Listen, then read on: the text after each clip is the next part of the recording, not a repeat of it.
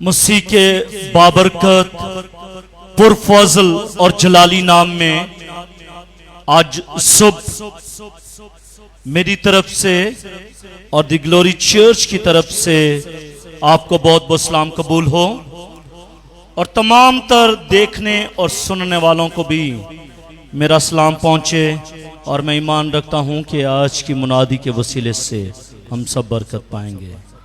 आमीन, हालेलुया। मेरे अज़ीज़ों, जैसा कि हम सब लोग जानते हैं कि हमने मुकाशवा की किताब को शुरू किया है, ऐसा ही है। और आज मुकाशवा की किताब का दरमियानी हिस्सा पहुंच गया है, बल्कि मैं ये कहूंगा कि दरमियानी हिस्सा खत्म हो गया है। आज की मुनादी के बाद मुकाशवा की आधी किताब खत्म हो गई है और आज के बाद हम 2 या 3 अतवार हम पास लेंगे और हम टीचिंग नहीं बल्कि प्रीचिंग की तरफ बढ़ेंगे और खुदा के कलाम के मुख्तलिफ टॉपिक्स को चुना जाएगा और उस पर मुनादी होगी। 2 या 3 अतवार ज्यादा नहीं, और उसके बाद फिर हम दोबारा अपने इसी इक्तबास की तरफ आएंगे। मुकाशवा की किताब उसके 12वें बाब में आएंगे। तकरीबन कितने साल गुजर गए? 4 साल। 4 साल गुजर गए और मुकाशवा की आधी किताब आज खत्म होगी। आमीन। निकालिएगा मेरे साथ मुकाशवा की किताब, उसका 11वां बाब। मुकाशवा की किताब उसका 11वां बाब और उसकी 19वीं आयत। सफा नंबर आपको 250 पर नए अहदनामे में यह वर्ड्स आपको मिलेगी। मुकाशवा की किताब उसका 11वां बाब और उसकी 19वीं आयत, सफा नंबर नए अहदनामे में 250 पर यह वर्ष मिलेगी। आए खुदावंद की आवाज को समात फरमाइएगा। और खुदा का जो मकदस आसमान पर है वो खोला गया और उसके मकदस में उसके अहद का संदूक दिखाई दिया और बिजलियां और आवाजें और गर्जें पैदा हुई और बुनचाल आया और बड़े बड़े औले पड़े। खुदा के पाक कलाम का पढ़ा, सुना और समझा जाना हमारे लिए भाई सब बरकत हो। सब कहेगा आमीन। बुलंद आवाज के साथ कहिएगा आमीन। शकील भाई भी हाथ उठाकर कहें आमीन, आमीन, आमीन। Hallelujah, hallelujah, hallelujah. मारा न था।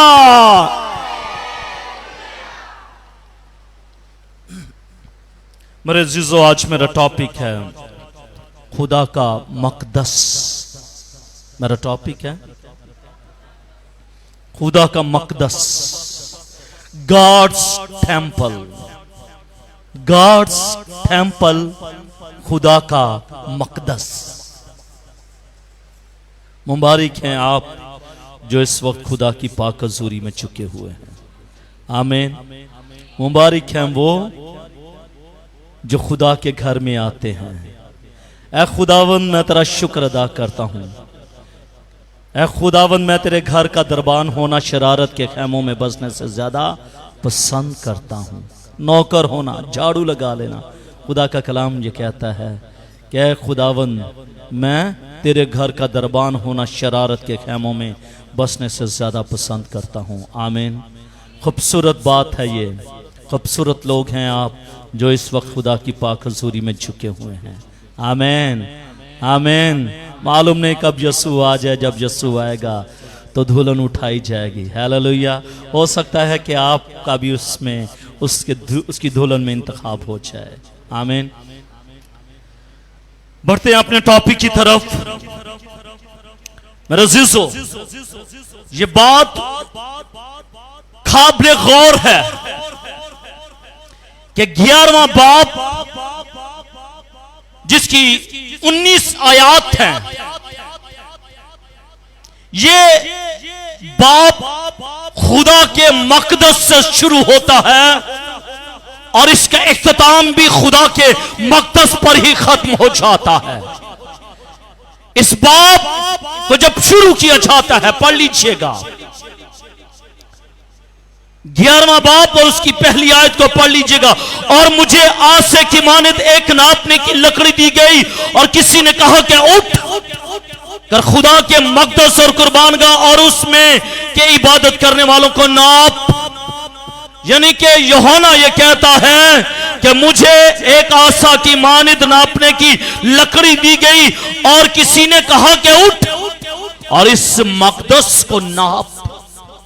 यानी कि इस चैप्टर की जो बुनियाद है, इस चैप्टर का जो शुरू है वो भी खुदा का मकदस है और इख्तिताम भी जहां पर होता है वो खुदा के मकदस पर ही खत्म होता है। कितनी खूबसूरत बात है कि खुदा के मकदस से शुरू होता और फिर खुदा के मकदस पर ही खत्म हो जाता है। लेकिन मेरे अज़ीज़ों, कुछ फर्क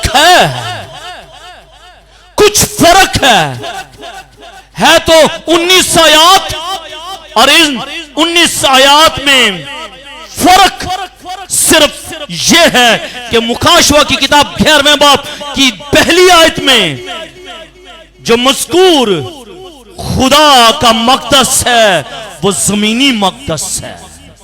यूहन्ना को जो मकदस दिखाया गया था, मुकाशवा की किताब 11वें बाब पहली आयत में जो मकदस दिखाया गया था वो जमीनी मकदस है। लेकिन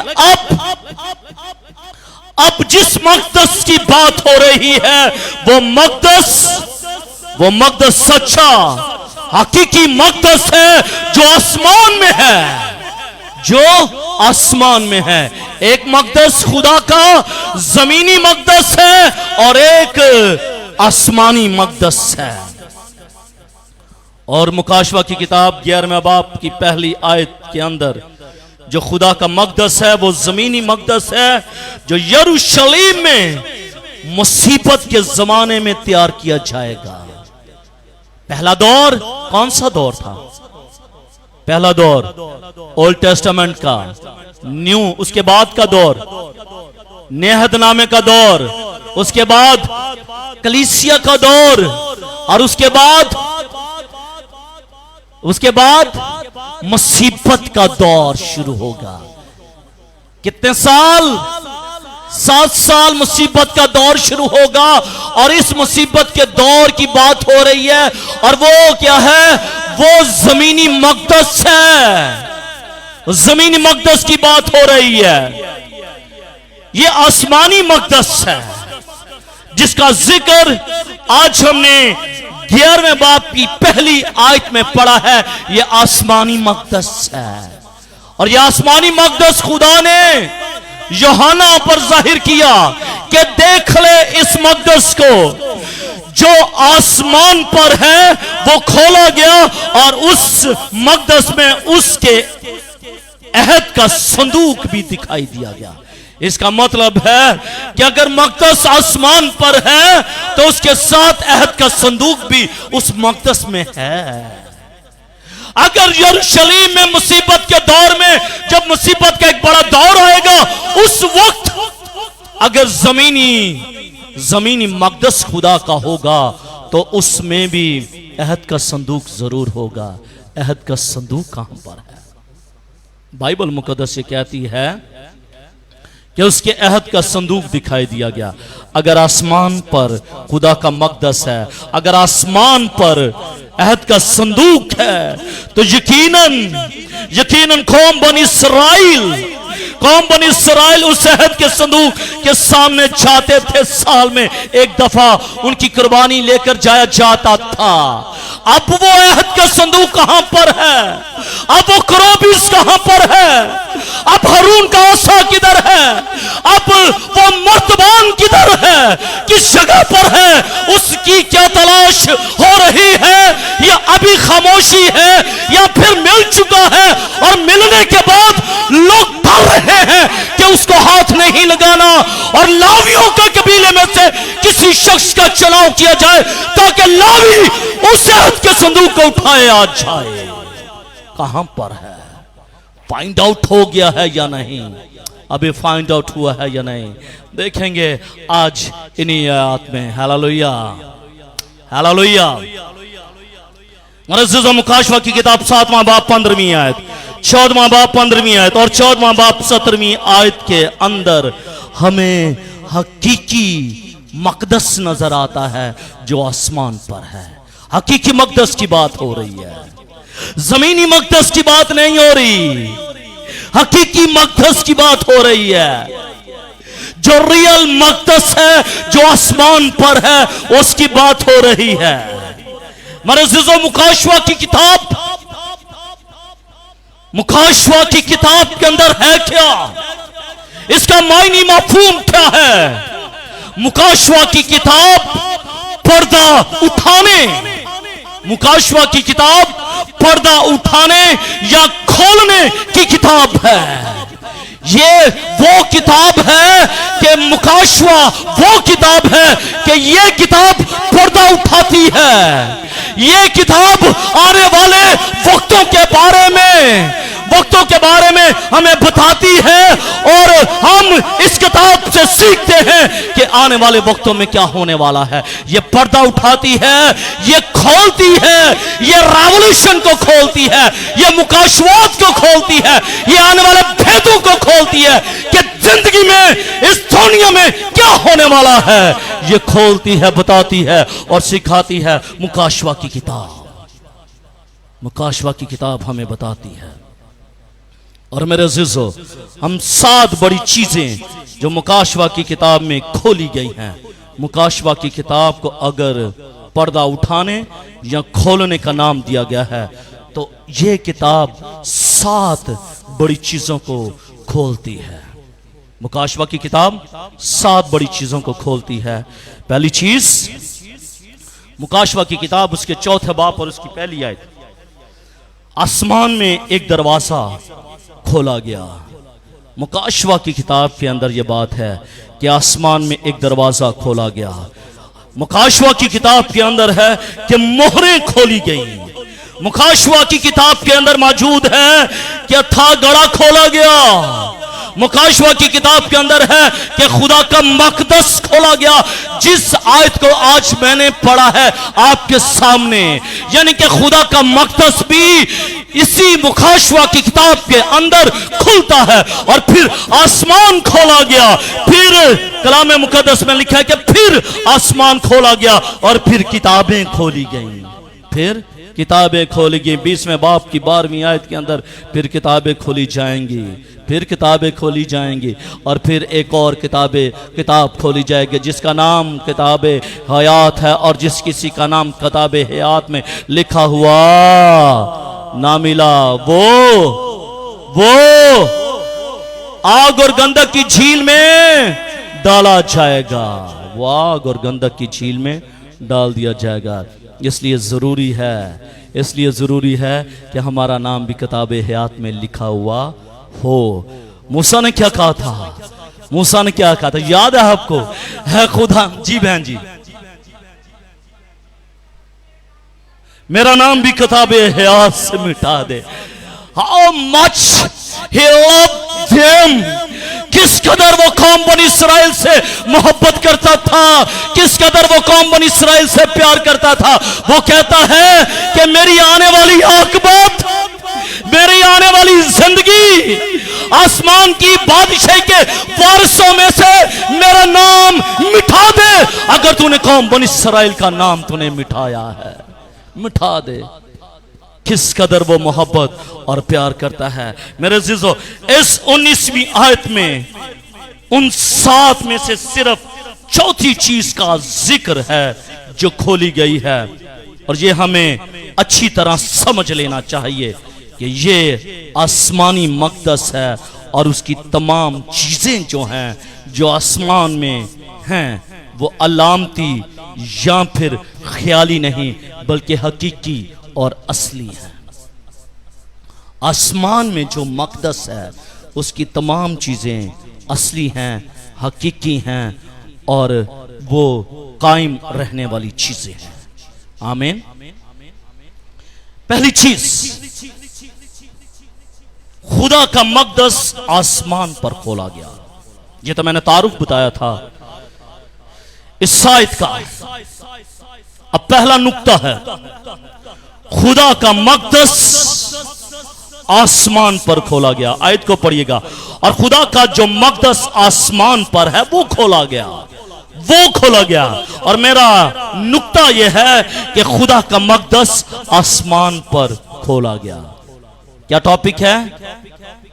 खुदा का मक़दस आसमान पर खोला गया। बोलिएगा, आसमान पर खोला गया। मेरे अज़ीज़ों, खुदा ने कौम बनी इस्राइल, जो उसकी बड़ी लाडली और प्यारी कौम थी, इस्राइल को शरीयत देने के फौरन बाद खुदा ने हुक्म सादिर कर दिया कि तू मेरे लिए क्या बना? एक मक़दस बना, एक मक़दस बना। जब हम खरूज की किताब उसके 24वें बाब को पढ़ते हैं, फिर खरूज की किताब पर उसके 25वें बाब को पढ़ते हैं, तो खुदा ने मक़दस बनाए जाने से कबल कौम बनी इस्राइल को हुक्म दिया था। पहला यह था कि तूने क्या बनाना है? मक़दस बनाना है। और मक़दस किस लिए बनाना है? ताकि मैं आकर तेरे साथ सुकूनत कर सकूं, मैं आकर तेरे साथ सुकूनत कर सकूं, मैं तेरे साथ आकर ठहर सकूं, मैं तेरे साथ आकर बातचीत कर सकूं। खुदा ये चाहता था कि कौम बनी इस्राइल के साथ वो बात करे। खुदा ये चाहता था कि वो कौम बनी इस्राइल के साथ बातचीत करे। और कोई एक ऐसी जगह हो जिस जगह पर खुदा की हजूरी, खुदा की ममूरी, खुदा का जलाल, खुदा का पर खुदा की हजूरी हो, और उस जगह पर कौम बनी इस्राइल आए और वो मेरे साथ बातचीत करे, कम्युनिकेशन करे वो मेरे साथ। खुदा ये चाहता था। इसीलिए फिर खुदा ने कौम बनी इस्राइल से कहा कि तू मेरे लिए क्या बना? मेरे लिए एक मक़दस बना। लेकिन मक़दस बनाने से पहले, मक़दस बनाने से पहले, क्यों बहन जी, बहन शाजिया, मक़दस बनाने से पहले खुदा ने क्या कहा था? हुक्म सादिर किया था। और हुक्म क्या था? कि तूने ये चीजें लानी है। कौम बनी इस्राइल से कहा था, अमालेकियों से नहीं कहा था, किसी और कौम से नहीं कहा था, बल्कि खुदा ने कौम बनी इस्राइल से कहा था कि तूने ये चीजें नजर के लिए लानी है, तूने ये चीजें नजर के लिए लानी है। कौन कौन सी चीजें? बात हो रही है खुदा का मक़दस जो आसमान पर खुला है। खुदा का मक़दस आसमान पर खुला है। इससे पहले कि हम खुदा का मक़दस जो आसमान पर है उसको देखें, पहले हम ज़मीनी मक़दस को देखेंगे। और ज़मीनी मक़दस बना नहीं बल्कि बनाया गया, ऑर्डर दिया गया, कमांड दी गई। और जब कमांड खुदा ने दी और कौम बनी इस्राइल ने उसको अबाइड किया, और अबाइड करने से पहले खुदा ने उनको ये चीज़ें कही। कौम बनी इस्राइल से कहा कि ये तूने चीज़ें लेकर आनी है। वो चीज़ें कौन सी थी? सोना, चांदी, पीतल, मुख्तलिफ रंगों का कपड़ा, बकरी की पश्म, मेंढों की खालें, किकर की लकड़ी, तेल, खुशबूदार मसाले और संगे सुलेमानी, अफूद और नगीने शामिल हैं। खुदा ने ये 12 चीजें लाने को कौम बनी इस्राइल से कहा कि ये 12 चीजें तुमने लेकर आनी है, ताकि क्या हो? ताकि खुदा का मक़दस बनाया जाए। और उस वक्त खुदा का मक़दस क्या था? खैमा इज्तिमा। क्या था? खैमा इज्तिमा। क्या था? बोलिएगा, क्या था? खैमा इज्तिमा। खैमा इज्तिमा के बाद क्या आया? खैमा इज्तिमा के बाद एकले सुलेमानी आई। एकले सुलेमानी बर्बाद हो गई, फिर तामीर हुई, फिर बर्बाद हुई, फिर तामीर हुई, फिर बर्बाद हो गई है, फिर बर्बाद हो गई है। अब हैकले सुलेमानी के बाद क्या है? चर्चिस हैं। क्या है? चर्चिस हैं। और फिर चर्च के बाद हमारा जिस्म। तुम्हें मालूम नहीं कि मेरा रूह तुम में बसा हुआ है। आमीन। तुम्हें मालूम नहीं कि मेरा रूह तुम में बसा हुआ। हाँ, चलते हैं दोबारा वापस अपने टॉपिक पर। खुदा ने ये 12 चीजें लाने को कौम बनी इसराइल से कहा, क्योंकि ये तमाम चीजें उस मक़दस की तामीर के लिए जरूरी थी और इनकी अंदरूनी जरूरियात के लिए ये इंतहाई अहम थी। बादशाह खुदा ने मूसा की मार्फत उन्हें हुक्म दिया, और हुक्म क्या था सुनिएगा। खुरूज की किताब उसके 25वें बाब पर उसकी 8वीं आयत में है, मेरे लिए एक मक़दस बनाएं, मेरे लिए एक मक़दस बनाएं। सुनिएगा, वो लोग जो इस वक्त सोशल मीडिया पर मुझे देख रहे हैं, ये वर्ष शायद खुदा ने आपके लिए आज इंतखाब किया है। खुरूज की किताब उसके 25वें बाब पर उसकी 8वीं आयत में लिखा है, मेरे लिए एक मक़दस बनाएं ताकि मैं उनके दरमियान सुकूनत करूं, ताकि मैं उनके दरमियान सुकूनत करूं। खुदा ने क्या हुक्म दिया? खुदा ने हुक्म क्या सादिर किया? मेरे लिए एक मक़दस बनाएं ताकि मैं तुम्हारे साथ मिलकर उस जगह पर सुकूनत कर सकूं। खुदा क्या चाहता था? खुदा की मर्जी क्या थी? क्या खुदा बियाबान में आकर उनके साथ हम कलाम नहीं हो सकता था, सुकूनत नहीं कर सकता था? क्या खुदा उनके किसी जगह पर भी उनके साथ मुलाकात नहीं कर सकता था? हाँ, कर सकता था। He can do each and everything, वो सब कुछ कर सकता है। लेकिन इसके बावजूद भी खुदा ने कौम बनी इसराइल से ये कहा कि मेरे लिए एक मक़दस बनाना, मेरे लिए एक मक़दस बनाना, ताकि मैं तुम्हारे साथ वहां पर सुकूनत कर सकूं। हैकल किस लिए है? हैकल किस लिए है? ताकि खुदा अपने लोगों के दरमियान में सुकूनत कर सके, ताकि खुदा अपने लोगों के साथ अपनी मुक़द्दस हैकल में सुकूनत कर सके। लेकिन इस सोशल मीडिया के वसीले से अब लोग जो हैं वो काहिल हो चुके हैं। वो ये कहते हैं हम इबादत अपने घरों में बैठकर कर लेंगे। हम सुन रहे हैं सोशल मीडिया पर, हम देख रहे हैं क्या कलाम हो रहा है, हम देख रहे हैं कि किस तरह की आज प्रस्तिश हुई है, हमें मालूम पड़ गया है। और टीवी चैनल्स ने इस तरह बहुत ज्यादा लोगों को क्या कर दिया है? काहिल और सुस्त कर दिया है, काहिल और सुस्त कर दिया है ये सोशल मीडिया मोबाइल्स ने। लेकिन कलाम ये कहता है, क्या कहता है? कलाम ये कहता है कि कौम बनी इसराइल को क्या कहता है? मेरे लिए एक मक़दस बना ताकि मैं तुम्हारे साथ उस जगह पर सुकूनत कर सकूं। खुदा का घर आप और खुदा के दरमियान एक राब्ता है, एक राब्ता है। जब आप खुदा के घर में आ जाते हैं, जब आप खुदा के घर में एंटर होते हैं, उसकी हजूरी को महसूस करते हैं, क्योंकि खुदा अपनी हैकल में मौजूद है। खुदा अपनी हैकल में मौजूद है, और जब खुदा अपनी हैकल में मौजूद है तो वो आने वाले तमाम तर जिंदगियों को बरकत देता है। आमीन। अगर मेरे अज़ीज़ो आपकी ज़िंदगी में ये बात है तो निकाल दीजिएगा इस ज़िंदगी को कि हम सोशल मीडिया के वसीले से हम खुदा की इबादत कर लेंगे। ना, बाइबल मुक़द्दस में अगर लिखा होता कि सोशल मीडिया के वसीले से भी खुदा तुझे बरकत दे सकता है तो ज़रूर लिखा चाहता। लेकिन मेरे अज़ीज़ो बाइबल मुक़द्दस में यह बात नहीं लिखी। ये तो इंसान ने अपनी कोशिश से, अपने तरीकों से हमने एक तरीके इजाद कर लिए हैं कि किस तरह हमने अपनी मुनादी, अपनी प्रस्तिश, अपनी बात लोगों तक पहुंचानी है। याद है पिछले दिनों में एक मुनादी की थी मैंने, इंसान तबाह हो रहा है। याद है ना, इंसान तबाह हो रहा है। पिछली शायद मैसेज था, अपने गुनाह से और अपने इल्म से तबाह करने वालों को तबाह किया जाएगा, तबाह करने वालों को तबाह किया जाएगा। जो तबाह कर रहे हैं उनको तबाह किया जाएगा।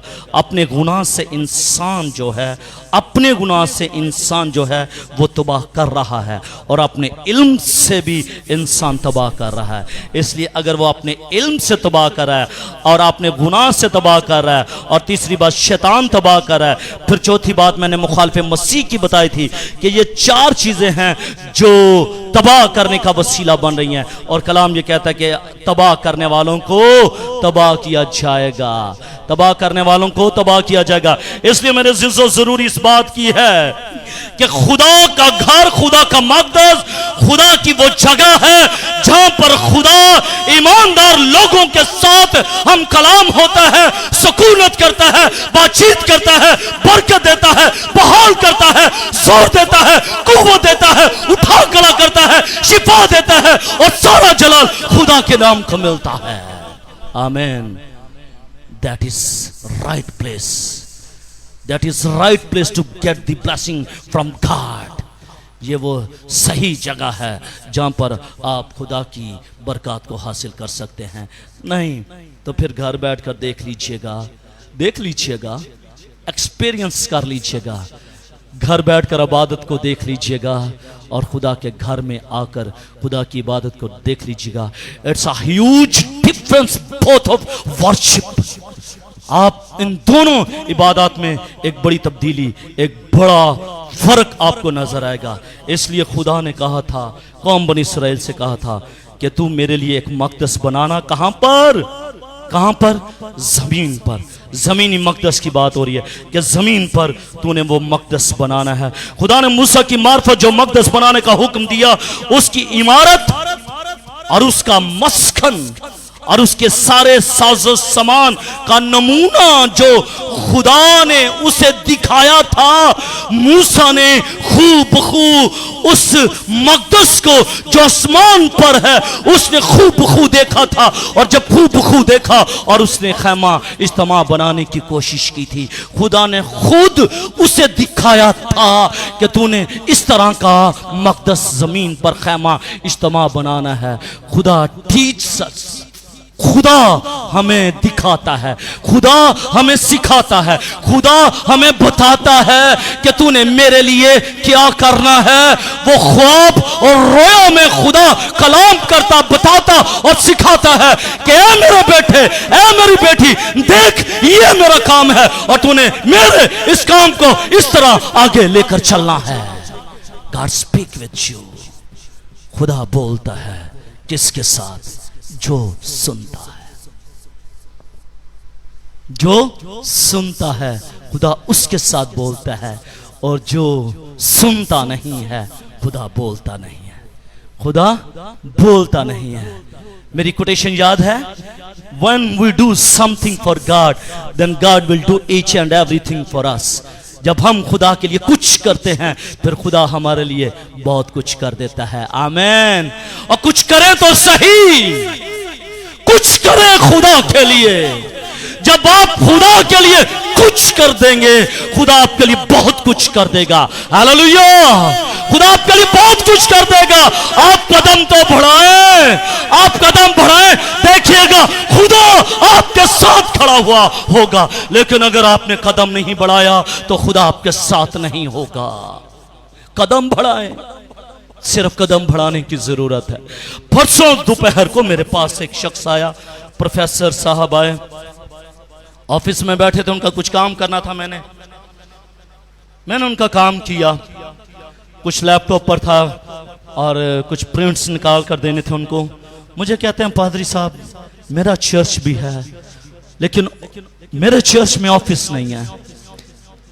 हम सब तकरीबन टाइथ भी पे हैं, लेकिन वो फैसिलिटीज जो आपके चर्च में है, छोटे से चर्च में है, वो फैसिलिटीज हमारे बड़े चर्च में भी नहीं है, हमारे बड़े चर्च में नहीं। तो मुझे कहते हैं भाई साहब, यकीनन आपका कोई बाहर तो राब्ता है ना, जहाँ से माल आता है, पैसे आते हैं। मैंने उनसे बताया, मैंने कहा भाई मेरी ट्रांजैक्शन चेक कर लो, मेरे चर्च का अकाउंट चेक कर लो, अगर कोई फॉरेन रेमिटेंस होगी तो लेट मी नो, मुझे बताइएगा। मेरे ना तो पर्सनल अकाउंट में और ना मेरे चर्च के अकाउंट में मेरी रेमिटेंस नहीं है जो मुझे डोनर भेज रहे हैं। ये उन लोगों की दुआएं, उन लोगों की मेहनत और उन लोगों के हाथ हैं जिनके वसीले से खुदा इस चर्च को प्रमोट कर रहा है, खुदा बढ़ा रहा है, खुदा तरक्की दे रहा है। और हम भी बड़ी ईमानदारी के साथ खुदा के काम को कर रहे हैं और सारा जलाल खुदा के नाम को है। जब हम कुछ करते हैं खुदा बहुत कुछ कर देता है। जब हम कुछ करते हैं खुदा बहुत कुछ कर देता है। मेरे अज़ीज़ों, खुदा ने इससे पहले कि खुदा मूसा को कहता, खुदा ने मूसा को एक क्या दिया? एक नमूना दिया, नमूना दिखा दिया कि देख मूसा, तूने इस तरह का खैमा इज्तिमा तूने बनाना है और जो नक्शा मैं तुझे बताऊंगा, दिखाऊंगा, बिल्कुल उसी तरह का तूने बनाना है। मेरे अज़ीज़ों, मूसा ने उसी के मुताबिक खैमा इज्तिमा बनाया। जो सुलेमानी हैकल की तामीर तक आर्जी तौर पर खुदा का मस्कन था, आर्जी तौर पर खुदा का मकसद था। लेकिन इस आयत में असल भेद यह है कि खुदा ने जमीन पर बनाए जाने वाले मकदस का जो नमूना खुद दिया, आसमानी मकदस दर हकीकत जमीनी मकदस का नमूना था। इससे ये हकीकत वाज़ेह हो जाती है कि आसमानी मकदस पहले से मौजूद था। जब पहले से मौजूद था, उसके बाद खुदा ने मूसा को दिखाया और उसके बाद मूसा ने उस खैमा इज्तिमा को बनाया और फिर वो खैमा इज्तिमा सुलेमानी हैकल में तब्दील हो गया। इस आयत में 11वें बाब की 19वीं आयत में खास काबिल गौर बात यह है कि मुकाशवे की किताब का 11वां बाब और उसकी पहली आयत में खुदा ने यूहन्ना को जमीनी मकदस नापने को कहा। यूहन्ना ने अपनी जमीनी जिंदगी में हेरोदिस बादशाह, याद है ना, जिसने 2 साल के बच्चों को मरवा दिया, जिसकी जिंदगी के अंदर डर और खौफ आ गया, जिसके पास गए कौन? मजूसी गए और उन्होंने क्या कहा? मजूसियों ने क्या कहा हेरोदिस से? याद है क्या?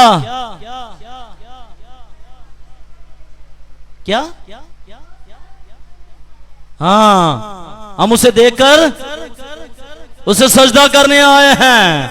इसलिए वो डर गया कि यहूदियों का बादशाह तो मैं हूं, मेरे सिवा कौन हो गया है। ये उसकी बात, उस बादशाह की बात हो रही है, ये उस हेरोदिस बादशाह की बात हो रही है। और इस हेरोदिस बादशाह ने हैकल बनवाई। 3 दफा हैकल को मस्मार किया गया, 3 दफा। और खुदावंद यीशु मसीह के हमरा कई बार यूहन्ना उस हैकल में गया होगा, क्योंकि यूहन्ना यीशु मसीह का शागिर्द था, यीशु मसीह के साथ साथ चलता था। और यीशु मसीह भी उसी हैकल में गया जहां पर उसने क्या तख्ते उलट डाले। ये वही हैकल है, ये जमीनी हैकल है, जमीनी हैकल की बात हो रही है। और यूहन्ना ने अपनी जमीनी जिंदगी के दौरान 70 मील में उस हैकल को बर्बाद होते हुए देखा था। तब से आज तक यरूशलेम में हैकल मौजूद नहीं है, मौजूद नहीं है हैकल। सुलेमान ने हैकल बनाई, बर्बाद हो गई, फिर बनाई, बर्बाद होगी, फिर बनाई। और आज तक इस्राएली लोग रो रहे हैं कि कब हम हैकल की दोबारा तामीर कर सकें। उनके अंदर एक कीन डिजायर है कि कब हम हैकल की तामीर को दोबारा शुरू करें। लेकिन अभी वक्त नहीं है कि हैकल तामीर हो, क्योंकि हैकल तामीर होगी, बेशक होगी। क्योंकि पिछले सरमन्स में मैंने आपको बताया कि असली जगह भी मालूम पड़ गई है, असली जगह भी मालूम पड़ गई है कि पाक तरीन मुकाम कौन सा है। पाक तरीन मकाम कौन सा है? क्योंकि कुछ लोग, मुख्तलिफ मज़ाहिब के लोग, उनका ख्याल है कि पाक तरीन मुकाम ये जगह है, लेकिन कलाम ये कहता है कि वो जगह गैर अक़वाम को दे दी गई है। उस जगह पर अहद का संदूक नहीं आएगा, उस जगह पर पाक तरीन मकाम नहीं होगा, बल्कि पाक तरीन मकाम की जगह और है। वो जगह तो गैर अक़वाम को दे दी गई है। इस पर भी मैंने बात की थी। हैकल तामीर होगी और जरूर होगी, लेकिन हैकल की तामीर का असल टाइम मुसीबत का दौर जब शुरू होगा, जब मुखालफे मसीह आएगा, जब झूठा नबी आएगा, उसको तैनात किया जाएगा, और जब उसको तैनात किया जाएगा फिर वो परमिशन देगा, now you can build the temple of God. अब तुम खुदा की हैकल बनाओ। उस वक्त होगा, लेकिन अभी वो दौर नहीं है, अभी वो दौर नहीं है। मेरे अज़ीज़ों, खुदा ने यूहन्ना को आसमानी मक़दस दिखाया, और आसमानी मक़दस से पहले खुदा ने ज़मीनी मक़दस भी उसे, मूसा को उसने दिखाया कि देख आसमानी मक़दस ये है, इसी तरह का मक़दस तूने रूहे ज़मीन पर बनाना है। दूसरी बात, खुदा के अहद में, खुदा के मक़दस में अहद का संदूक, खुदा का मक़दस है, खुदा के मक़दस में अहद का संदूक भी है। अहद का संदूक, ये बड़ी ही अहम बात है, ये बड़ी ही अहम चीज है। खुदा का हकीकी मक़दस जो आसमान पर है और जिसके नमूने पर जमीन पर हैकल तामीर हुई, वो खुला हुआ है और उसको यूहन्ना देख रहा है। उसके खोले जाने के दो मकसद हैं, उसके आसमानी मक़दस के खोले जाने के दो पर्पस हैं। वो पर्पस क्या हैं? एक तो ये कि यूहन्ना जो जमीन पर मक़दस की पैमाइश कर रहा है, यूहन्ना जो मक़दस की पैमाइश, जिसके लिए मक़दस की पैमाइश करने का हुक्म सादिर हुआ और उसको क्या दी गई, एक पैमाना दिया गया और उसकी पैमाइश करने का हुक्म सादिर किया गया, ताकि वो उस मक़दस की पैमाइश कर सके, वो असल मक़दस को खुद देख ले, ताकि उसे मालूम पड़ जाए कि इसकी पैमाइश क्या है, और उसकी पैमाइश को जब देख लेगा फिर वो जमीनी मक़दस की पैमाइश भी अच्छे और मुनासिब तरीके के साथ वो खुद कर सकेगा। वाज़ेह रहे कि इस्राएल में हैकल की असल बुनियादों को पा लिया गया है, हैकल की असल बुनियादों को पा लिया गया है कि हैकल कहां पर थी, सहन कहां पर था, पाक मकाम कहां था और पाक तरीन मकाम कहां पर था। उन्होंने इस हकीकत को जान लिया है, अब उनको मालूम पड़ गया है कि जगह कहां पर है। इसीलिए तो उस दीवार की तरफ अपने मुंह को पिसारते हैं, वो रोते हैं।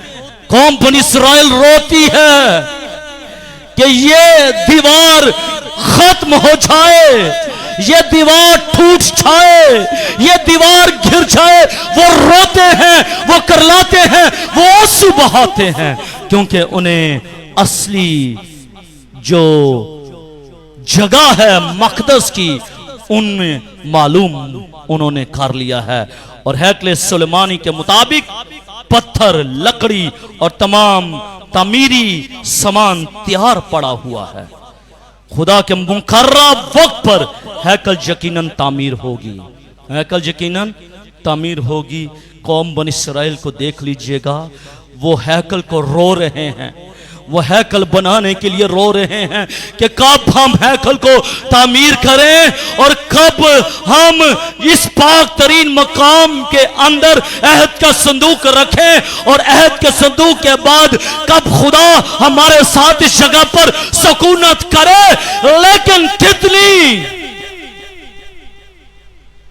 मैं तो ये कहूंगा कि कितनी बदकिस्मती की बात है कि आज हमारे पास हैकलें मौजूद हैं, खुदा के घर मौजूद हैं, खुदा मौजूद है, लेकिन कलीसिया मौजूद नहीं। कलीसिया सो रही है, वो अपनी डेली रूटीन में मसरूफ हैं। उनके पास टाइम नहीं है, उनके पास वक्त नहीं है कि वो खुदा के घर में आकर उसको सजदा कर सके। लेकिन दूसरी जगह पर देख लीजिएगा, कौम बनी इस्राएल रो रही है, करला रही है कि कब हैकल तामीर हो और कब हम खुदा को सजदा करें और कब हम कुर्बानियां गुजराने और कब वो सुकूनत हमें दोबारा मिल सके। रो रही है। लेकिन it's a great privilege for us, हमारे लिए बड़ी ही खूबसूरत बात है कि हम उसके पास आ सकते हैं।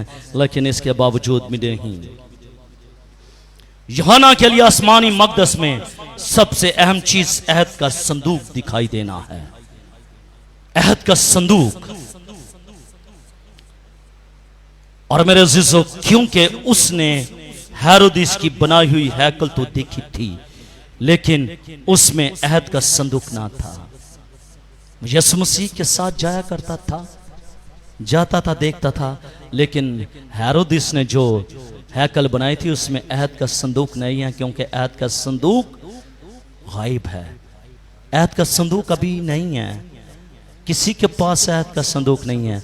देखते हैं आगे चल के। याद रहे 586 काफमी में जब नबूकदनेस्सर ने इस्राएलियों पर हमला करके उनकी हुकूमत खत्म की, तो हैकल के सारे कीमती सामान को वो लूट कर ले गया और हैकल को तबाह बर्बाद कर दिया। बाद ज़रुब्बाबेल की निगरानी में हैकल तामीर हुई। पहली चीज सुलेमान बादशाह ने तामीर किया, फिर हेरोदिस ने, फिर किसने तामीर किया? ज़रुब्बाबेल ने हैकल को तामीर किया। तो उसमें भी अहद का संदूक नहीं था। ना तो हेरोदिस ने जो हैकल बनाई उसमें अहद का संदूक मौजूद था, और ना जो ज़रुब्बाबेल ने हैकल बनाई उसमें अहद का संदूक नहीं था, और ना ही उस जगह में अहद का संदूक था।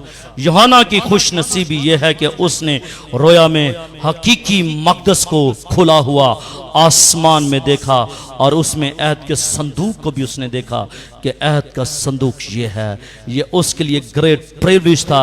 अहद के संदूक को बाइबल मुकद्दस में 4 नामों से याद किया जाता है।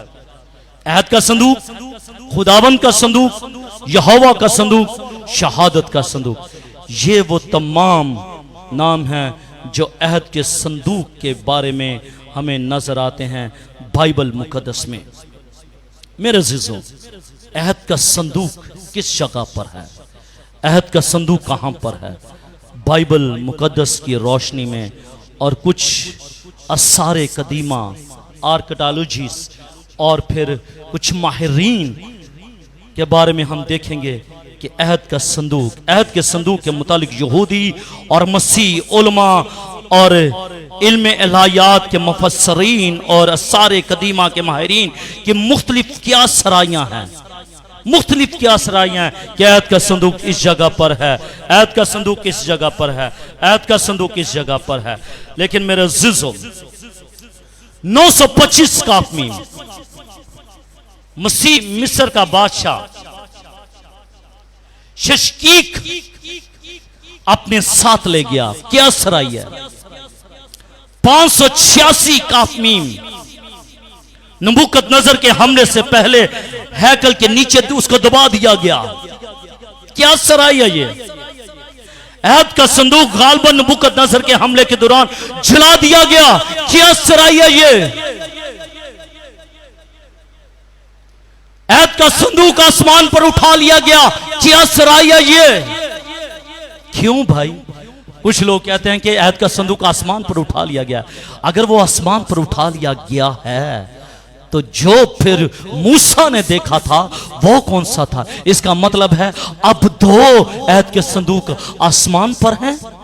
नहीं, आसमान पर हकीकी अहद का संदूक मौजूद है जो मूसा ने देखा था, जो यूहन्ना ने देखा था। लेकिन जो अहद का संदूक मूसा के जमाने में बनाया गया था वो आसमान पर नहीं। ये क्या सराई है? मेरे अज़ीज़ों, अहद का संदूक यिर्मयाह नबी ने माह हिजकिय्याह बादशाह की बेटी कोहे नबू की जमीन दो सुरंग में छिपा दिया। कहा यह जाता है जो मौजूदा दौर में मगरबी उर्दन है, उर्दन की सरजमीन में इसे छिपा दिया गया। मकाबियों में इसका जिक्र है। ये ख्याल मुतब्बर है ये कि हैकल का जो अहद का संदूक है वो उर्दन के अंदर है, मगरबी उर्दन की सरजमीन में छिपा दिया गया है। एक फिल्म, कल रात इस फिल्म को मैं देखना चाह रहा था लेकिन टाइम नहीं था इसलिए मैं सो गया। एक फिल्म जिसका नाम आप भी देख सकते हैं अपने घरों में, Riders of the lost arc. Riders of the lost arc, खोए हुए संदूक के हमला आवर। जो संदूक खो गया था उसके बारे में यह फिल्म बनाई गई है और लोगों के दिलों में काफी तजस्सुस पैदा हुआ। यहां तक कि कई गैर मसीहों ने बाइबल मुकद्दस की सच्चाइयों को जानने के लिए बाइबल मुकद्दस को पढ़ना शुरू कर दिया। 22 नवंबर 1981 की बात कर रहा हूं। 22 नवंबर 1981 में एक रसाला बनाम यरूशलेम पोस्ट ने एक खबर छाप दी और जिसमें लिखा था कि अहद के संदूक की तलाश कामयाब हो गई है। अहद के संदूक की तलाश कामयाब हो गई है। और इस पोस्ट का तफसीली बयान मैं बताता हूं आपको। 22 नवंबर 1981 के अंदर एक रसाला शाया किया गया जिसमें उसका जो मज़मून था कि अहद का संदूक जो है वो मिल चुका है। 22 नवंबर को हुआ क्या? टॉम एक शख्स जो अमरीकी बशिंदा था, 16 साल से अहद के संदूक की वो तलाश कर रहा था। अहद के संदूक को वो ढूंढ रहा था कि किसी तरीके से अहद का संदूक उसे मिल जाए। उसने बहुत सी तहकीक शुरू कर दी और उसकी मदद के लिए एक नक्शा मिला और जो तलाश में मददगार साबित हुआ और गार का दाखला और मुंह ढूंढने में मदद की। और उस नक्शे को जो टाइम को दिया गया उस शख्स का नाम था AF फ्लेटर नाम था उसका। उसने उस नक्शे को दिया, किसको? टाइम को दिया। और ये सारी बातें 22 नवंबर 1981 में एक रसाले में शाये की गई। जब उसको वो नक्शा मिला और सब 50 साल पहले वो अमेरिका से आया। जब अमेरिका से आया वो बंजर इलाकों में 2 साल तक वो तलाश करता रहा। वो उस नक्शे को देखकर उसकी तलाश करता रहा कि ये नक्शा किस तरफ उसको लेकर चलता है। और कोहे नबू पर एक खानका है। कोहे नबू का मालूम है, पिस्का की चोटी कोहे नबू जिस पर मूसा को आखिरी वक्त में लेकर जाया गया। और खुदा ने कहा पिस्का की चोटी पर जब वो चढ़ गया तो खुदा ने मूसा से कहा कि अब तू पिस्का की चोटी पर चढ़ ले और देख, वादा की हुई सरजमीन को देख ले। और जो सरजमीन तू देख रहा है तू इसको देख तो सकता है लेकिन इसमें दाखिल नहीं हो सकता। टाइम कोई नबू तक पहुंच जाता है। टाइम पिस्का की चोटी पर पहुंच जाता है। टाइम उस खानका पर पहुंच जाता है। और जब उस खानका पर पहुंचता है तो उस पर एक तख्ती लिखी होती है, The ark is buried here. The ark is buried here. कि संदूक यहां पर दफन है। क्या आश्चर्य है।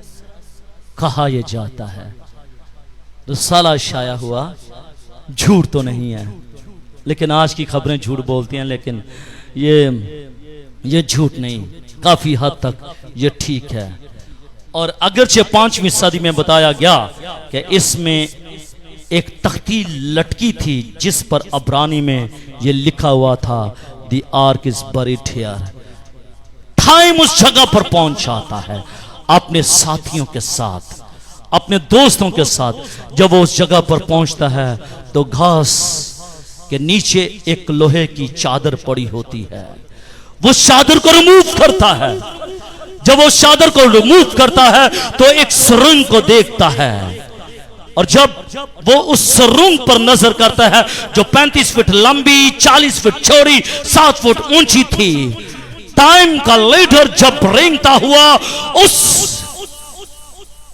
सुरंग के अंदर जाता है, उस सुरंग के अंदर उसको काफी ज्यादा मुश्किलात उन लोगों को होती हैं, लेकिन वो उन मुश्किलात को पार करता हुआ एक जगह पर पहुंच जाते हैं जहां पर वो एक नीले कपड़े को देखते हैं कि नीला कपड़ा है और उसके नीचे कुछ पड़ा हुआ है, क्योंकि उनके पास एक छोटी सी लाइट होती है। उस लाइट से वो देखते हैं, और जब देखते हैं तो वो रुक जाते हैं। जब रुक जाते हैं तो वो दूर से उस चीज की पमाइश करते हैं, और जब उसकी पमाइश करते हैं तो यकीनन तकरीबन जो खुरूज की किताब 25वें बाब और उसकी 10वीं आयत में हमें अहद के संदूक की पमाइश कर मिलती है, उससे मिलती जुलती थी। जब वो देखते हैं तो वो खुश होते हैं, टाइम और उसके साथी खुश होते हैं, और वो दोबारा वापस जमीन पर आते हैं, क्योंकि वो सुरंग में थी। जब वापस आते हैं तो वापस आकर टाइम की तहकीक के मुताबिक उन्होंने अपनी हुकूमत को बताया कि ये हमने देखा है, और उस हुकूमत के लीडरों ने ये पूछा, भाई अगर तुमने ये अहद का संदूक तुमने और तुम्हारे साथियों ने देखा है तो तुम उसको लेकर क्यों नहीं आए, क्यों नहीं उसको छुआ? तो उन्होंने बड़ी खूबसूरत बात की कि हमें मालूम है कि लावी के सिवा कोई भी इस संदूक को हाथ लगाएगा तो वो मार दिया जाएगा, वो मार दिया जाएगा। इसलिए हम इस अहद के संदूक को हाथ नहीं लगाया। लावियों के शजरनामे को देखा जाए तो उन्होंने रिसर्च करने की कोशिश कर ली है, इसलिए उर्दन और इस्राइल का जो आपसी ताल्लुक है आप गूगल पर देख लीजिएगा, काफी हमवार हो चुका है, क्योंकि इस्राइल को पता है कि उर्दन की सरजमीन पर पिस्का की चोटी के नीचे खुदा का ये अहद का संदूक पड़ा हुआ है। देखिए किस कदर वो कोशिश कर रहे हैं कि किस कदर वो सर्च कर रहे हैं कि किसी तरह हमें अहद का संदूक मिल जाए, ताकि खुदा का अहद का संदूक हम खुदा के घर में ला सकें और उस पर खुदा का मक़दस, खुदा की हजूरी, खुदा की मामूरी और खुदा का जलाल ठहरे, और खुदा हमारे साथ सुकूनत करे, खुदा हमारे साथ बातचीत करे। लेकिन मेरा अज़ीज़ों, कौम बनी इसराइल है, वो ढूंढ रही है, लेकिन यीशु मसीह के वसीले से देखिएगा, यीशु मसीह के वसीले से अभी हमें किसी चीज़ की ज़रूरत नहीं कि हम फाइंड आउट करें, हम तलाश करें, हम जानने की कोशिश करें, हम तहकीक करने की कोशिश करें, नहीं, बल्कि खुदावन यीशु मसीह के वसीले और उसकी कुर्बानी के वसीले से हम उसके अहद में, नए अहद में शामिल हो चुके हैं। आमीन। हम उसके नए अहद में शामिल हो चुके हैं। अब खुदा का मक़दस हमारे बदनों के अंदर है। तुम्हें मालूम नहीं कि तुम्हारा बदन खुदा का रूह का मक़दस है जो तुम में बसा हुआ है। उनको देख लीजिएगा, वो तलाश करें, हमें तलाश करने की जरूरत नहीं। हमें यीशु मसीह के वसीले से ये प्रिविलेज मिला है कि खुदा कि सुकूनत को हम हासिल कर सकते हैं whenever I want, जब हम चाहें घुटनों के बल होकर हम खुदा की हजूरी में झुक सकते हैं, हम खुदा के नाम को जलाल दे सकते हैं, हम उसकी हजूरी में आ सकते हैं। हमें किसी अहद के संदूक की जरूरत नहीं है, क्योंकि अहद का संदूक अब हमारी जिंदगी के अंदर मौजूद है। इसलिए अगर खुदा का रूह आपकी जिंदगी में बस रहा है तो मेरे अजीजों, जरूरत इस बात की है कि उसके साथ सुकूनत में लग जाइएगा, उसके साथ लिपट जाइएगा, उसके साथ जुड़ जाइएगा, उसकी हैकल में आइएगा, उसके घर में आइएगा, क्योंकि खुदा का रूह खुदा अपनी हैकल में मौजूद है और वो चाहता है कि उसके लोग भी उसकी हैकल में आएं ताकि वो बरकत को हासिल करें और खुदा के नाम को जलाल मिले। मेरे अज़ीज़ो, now it is right time, ये खूबसूरत और सही वक्त है कि हम खुदा की पाक हज़ूरी में झुकें और हम शुक्रगुजारी करें यीशु मसीह का, जिसके वसीले से खुदा का रूह हमें मिल चुका है।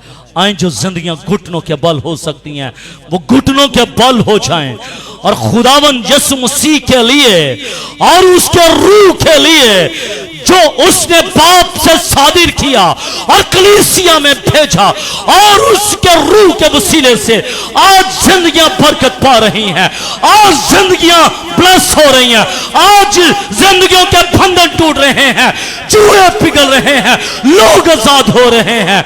आज उसके रूह के लिए उसकी शुक्रगुजारी करें। Hallelujah, hallelujah, praise. खुदावन हमें फजल बख्श दे कि हम तेरे रूह को अपने बदलों में ढूंढें, हम तेरे घर में आए, तेरी इबादत करें, तेरी प्रस्तिश करें और तेरे साथ सुकूनत कर सके। खुदा हमें फजल बख्श दे कि हम खुदावन वक्त को जाया किए बगैर हम तेरे पास आ जाएं, हम तेरे करीब आ जाएं, हम तेरे लोग बन जाएं, हम तेरे बेटे और बेटियां बन जाएं खुदा, और खुदाबंद हमारी जिंदगियों से तेरा नाम जलाल पा जाए। खुदा तू चाहता है अपने लोगों के साथ सुकूनत करना चाहता है। खुदाबंद तू चाहता है, इसलिए खुदा हमें फजल बख्श दे कि हम तेरे घर में आए और तेरे घर में आकर ऐ खुदावन तेरे साथ रफाकत रख सकें और अपनी जिंदगियों से तेरे नाम को जलाल दे सकें। खुदा हम सबों को छू दे, बड़ी बरकत दे खुदा, ये कलाम इनकी जिंदगी में सराहियत कर जाए, 100 गुना फल लाए और सारा जलाल तेरे ही नाम को मिले। बड़ी बरकत दे उसी के नाम से।